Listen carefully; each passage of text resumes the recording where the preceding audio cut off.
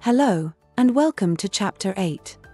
In this chapter, we'll explore various models, frameworks, methods, and designs used in implementation research. We've divided the chapter into two sections, so let's get started with the first one. In this section, we distinguish between different theories, models, and frameworks applied in implementation research, enabling you to select those most appropriate and apply them to your implementation research study. This chapter also focuses on formulating research questions that can guide your implementation research study methods.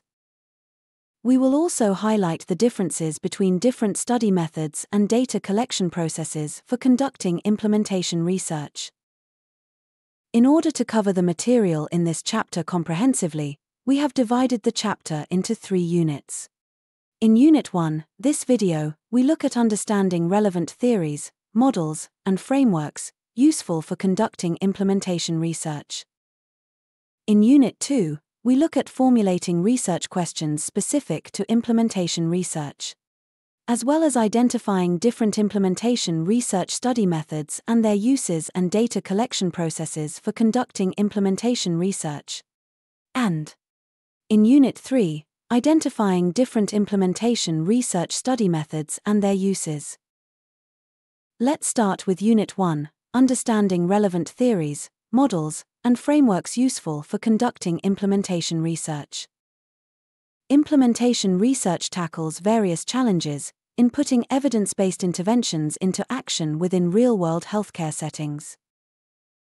There are many theories, models, and frameworks used to do this.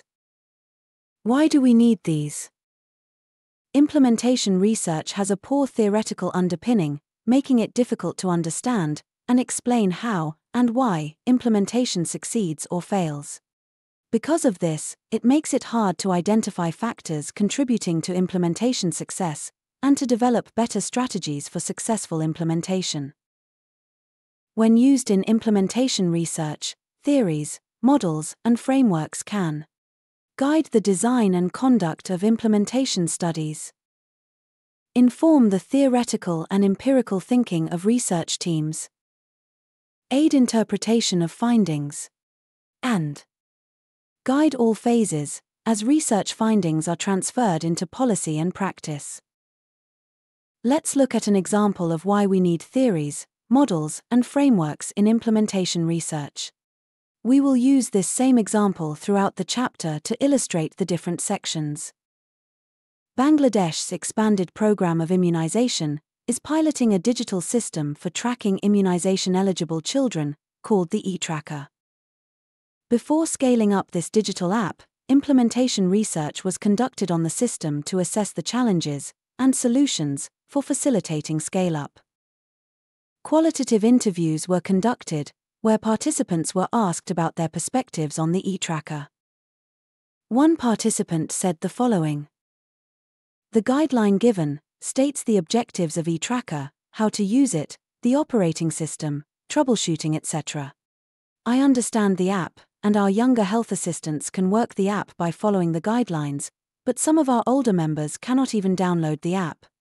They need assistance from others. For them, the guideline is not enough." If we use a framework with individual and intervention level factors, we will be able to systematically organize information into the categories of either facilitator and/or barrier.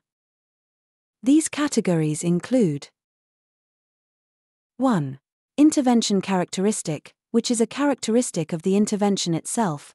In this example, the guideline for digital intervention, EPI eTracker, was comprehensive. 2. Individual characteristics, which are characteristics of those implementing the evidence-informed intervention. In this case study, elderly workers experienced challenges using the EPI eTracker. 3. Inner setting, these are the characteristics of the organizational environment. In the case study, the friendly environment within the implementing organization meant that younger colleagues were able to work with their elderly colleagues to overcome their challenges in using the EPI tracker. Now let's see what we understand by theories, models, and frameworks. A theory may be defined as a set of analytical principles or statements designed to structure our observation, understanding and explanation of the world. A model typically involves a deliberate simplification of a phenomenon or a specific aspect of a phenomenon. Frameworks tend to organize, explain, or describe information and the range and relationships between concepts, including some which delineate processes and therefore are useful for communication. When we look at theories and models, they usually give us reasons why things happen, showing how different parts are connected. But when it comes to a framework, it might not always assume that one thing causes another. A framework is more concerned with organizing ideas, or factors, without assuming a direct cause-and-effect relationship between them. There are three overarching aims when using theories, models, and frameworks. These are: 1. Describing and/or guiding the process of translating research into practice. 2. Understanding and/or explaining what influences implementation outcomes.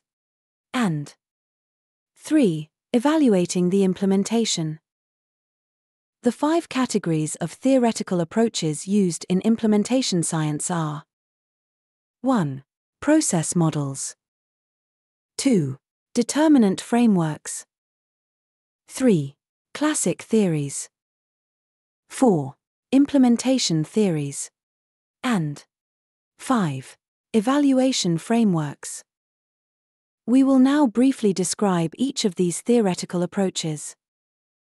Process models widely accept that the knowledge gathered through research can lead to improved health outcomes.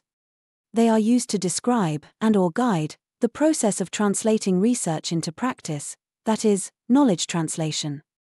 They outline phases, or stages, of the research-to-practice process, from discovery and production of research-based knowledge to implementation and use of research in various settings. One of the most commonly used frameworks, under process models, is the KTA, Knowledge to Action, framework. The KTA framework is adopted by the Canadian Institutes of Health Research, CIHR, and other organizations worldwide. The KTA framework is composed of 2 distinct, but related components: 1. Knowledge creation, and 2. The action cycle. The first component of the model is the knowledge creation funnel, which represents the production and synthesis of knowledge. And the action cycle includes a range of activities needed for knowledge implementation. The determinant framework is used to describe and identify general types of determinants that influence implementation outcomes. It also specifies types of determinants which could act as barriers and facilitators that influence implementation outcomes at different levels. The Consolidated Framework for Implementation Research, mentioned earlier, is an example of a determinant framework. It has 5 domains: intervention characteristic, outer setting, inner setting, characteristics of individuals, and process for organizing factors that may facilitate or hinder the effective implementation of an evidence-informed intervention. If we go back to the example given previously, about the eTracker app, we can organize the findings from that study, under these domains, to describe the determinants influencing the scaling up of the eTracker. For example, additional findings from that study indicate that because the eTracker is a new digital app, technical resources are needed for it to be implemented, and implementers need to be familiar with using it. Also, implementers were entering information twice, both manually and in the app, as they were required to keep a hard copy of the population record. The beneficiaries also need to have a mobile phone to get the vaccination reminders. Access to a mobile phone would likely be determined by their socio-economic status. Classic theories originate from fields external to implementation science, for example, psychology, sociology, and organizational theory. One famous classic theory is the theory of diffusion, which is a theory of knowledge utilization broadly used in implementation science. Through this process, knowledge or innovation could be communicated through various channels to a targeted audience.